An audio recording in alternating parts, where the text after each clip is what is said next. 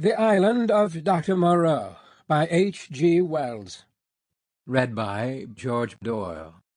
Introduction.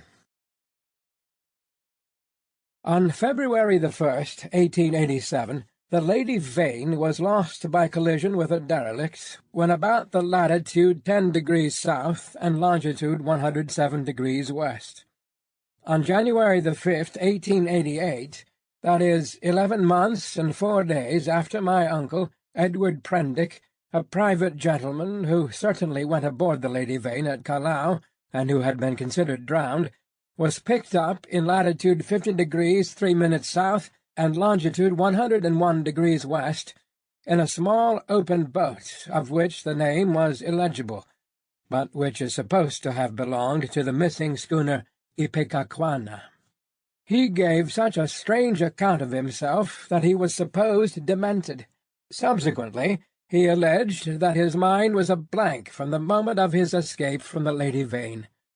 His case was discussed among psychologists at the time as a curious instance of the lapse of memory consequent upon physical and mental stress. The following narrative was found among his papers by the undersigned, his nephew and heir, but unaccompanied by any definite request for publication. The only island known to exist in the region in which my uncle was picked up is Noble's Isle, a small volcanic islet and uninhabited. It was visited in 1891 by HMS Scorpion.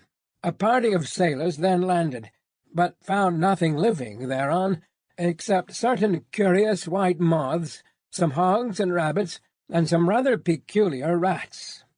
So that this narrative is without confirmation in its most essential particular.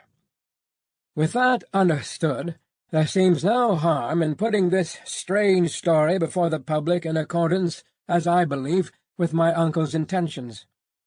There is at least this much in its behalf. My uncle passed out of human knowledge about latitude 50 degrees south and longitude 105 degrees east, and reappeared in the same part of the ocean after a space of 11 months.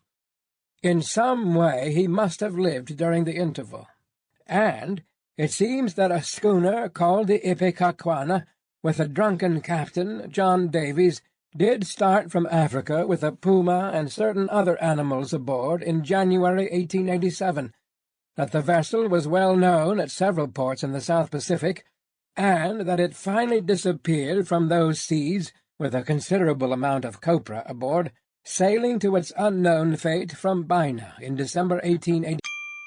Sample complete. Ready to continue?